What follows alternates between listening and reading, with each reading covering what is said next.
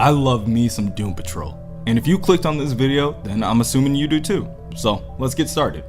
Issue 31 of Doom Patrol starts at this arc pertaining to the Unwritten Book, like I said. And as far as Grant Morrisons' run goes, it's more of the same. And by that I mean Robot Man and the gang being thrown into a situation way outside of their control that they have no real concept of defeating or grasp of the situation for that matter. Robot Man, for all intents and purpose, is the perfect reactive character for this standpoint. He's a guy who you can just point and shoot. You say, hey, go kill that guy, and as long as your story checks out, he'll probably go kill that guy. That being said, this arc actually starts with Willoughby Kipling, or Kip for short.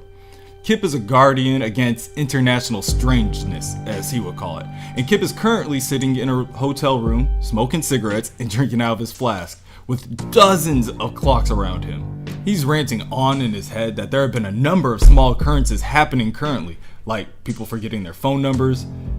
This isn't out of the ordinary in itself, but when a large group of people in a finite area forget, then something must be up. And that something is the cult of the Unwritten Book.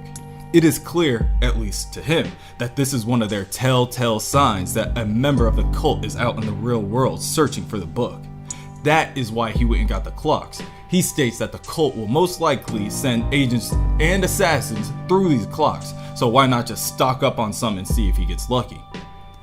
That's when the cult stops by and the assassins show up. 3 people in Nazi brown suits with blood dripping off their shoulders and heads of planets holding sickles. This is the assassination squad called Fear the Sky, he says. Fortunately for Kip, he knows how to fix this situation using different magics that he's able to wield. What Kip does in this situation is interesting. He traps the assassins in a children's picture book of poems and verses. Now, even though he's won this small skirmish, does not mean it's all over. He knows that he's going to need some sort of assistance in these supernatural events. And that's when he summons Baphomet, the spirit that speaks in remixed songs. That's a hard sentence to say. She appears as whatever she wants, and this time she chooses to present herself as a spectral head of a horse. I don't know why, and I'm not going to question it. The way he summons her by magic is interesting as well, because he uses the same book of poems and pictures to do it. This time he doesn't just open the book and let what happens. This time he gives himself a paper cut in order to directly channel the powers from the book. What is wild to me about this is that it's just a child's picture book. It's not even a book of spells or a magic book or anything like that. I can go into different ways he uses magic for a while, so I'll try to do my best to limit the amount I speak about in this video so it doesn't become just that. But the guy creates portals by cutting rifts in space using half-smoked cigarettes and performs lightweight rituals using 7-Up and phone books. How could you not like this guy? Anyway, he summons Baphomet and she speaks up in remixed song lyrics. I don't know the song that she was trying to sing, but I know what she said.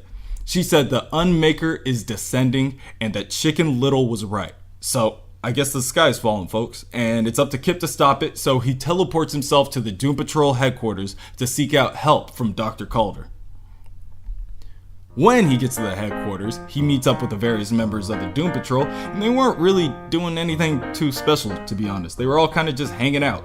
Robot Man did get a new body that he was promised, and it's a little more up to date, but I mean, it's late 80s, early 90s, so I guess Terminator is the most up-to-date we're looking for right now. Nevertheless, everyone was just sitting around and just doing nothing when Kip showed up like, I don't know you and you don't know me, but shit's hitting the fan, so we gotta get up and get active, people. Let's go to Barcelona. For anyone wondering what's so special about Barcelona, it's not the city that matters, it's what's in the city. And from what I can understand, this is just a city that the events are taking place in the book. And there's no real greater point to Barcelona in the greater DC Comics lore standpoint. I do remember the last arc being in Paris, so if they are going on a tour around European Renaissance hotspots, please let me know in the comments below what other places they hit, what kind of works of art do they talk about in this, because I can really tell that Grant Morrison is, especially with these covers, that he's really obsessed with different art styles and different themes in art. But anyway, before I get sidetracked again like I just did, the book is in Barcelona. However, This is not just a book that you can buy on Amazon or at Barnes & Noble or anything like that. This book is a 18-year-old kid who has writings tattooed all over his body. Apparently, if the members of the cult are able to catch this kid, take him back to wherever they come from and read the tattoos, this will trigger the end of days doomsday scenario where the Decreator will come to Earth and wipe out existence. The book does not want to be read, however. The book is actually on the run and hiding in a hotel in Barcelona, and this is when a lot of strangeness really starts to go down. First, the Dry Bachelors show up. These bachelors are collector agents of the cult made up of love letters that were thrown away and dead skin cells. In their search for looking for the book, they come across a concierge at the hotel. At this point, there's no hope for this random guy, and he is easily turned into the forces of the cult, most notably a mystery kite. A kite made out of the stretched out skin of a victim stretched over the geometrical diamond pattern made from their bones. The cult uses these as more as tracking hounds than anything else, and when these tracking dogs signal that they found something, the Never Never Boys show up, winking, blinking, and nod. Now, as ridiculous as his name is, these kids are the scariest thing you'll ever see in your life. The Never Never Boys wear duster coats with gas masks, and they all ride these 3 differently colored tricycles that can defy gravity and run on walls. They use the signal from the mystery kite to pinpoint the book, and that's when they start booking after him. And if I was in his position, I would be terrified. While they're chasing the book, some random guy steps out of this hotel to see what all the commotion is all about, and that's when the tricycle runs him over and he gets his body literally erased from existence, leaving only his shadow on the wall. The book jumps out the 2nd or 3rd story window of the hotel and lands on a safety net on the other side of the street, and he starts booking it. Sorry.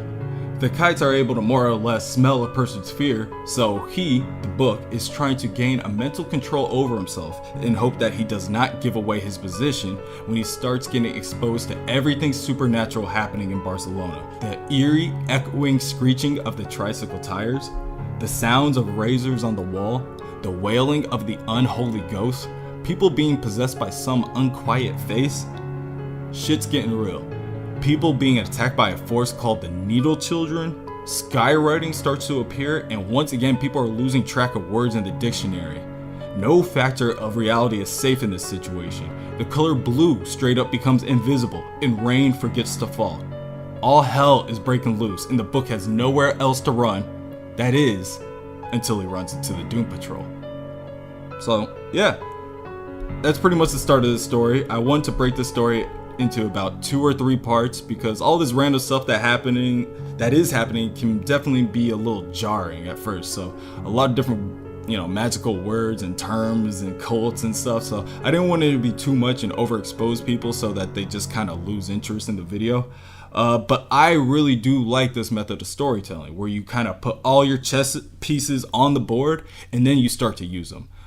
Before you actually start to use them though, it just kind of looks like random events that don't really make much sense and that nothing's really connected. But I do believe that towards the end of this arc, it really does start to wrap up, and for not holding our hand, we get there pretty quick and we feel pretty accomplished when we get to the end.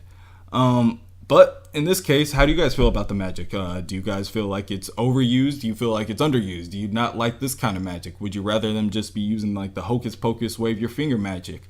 What do you guys think of this issue and the arc of Doom Patrol so far? What did you guys also think of episode 4? Whatever you guys think, write it down in the comment section. Give us a like if you guys like the direction where these videos are going, and I will check you out next time.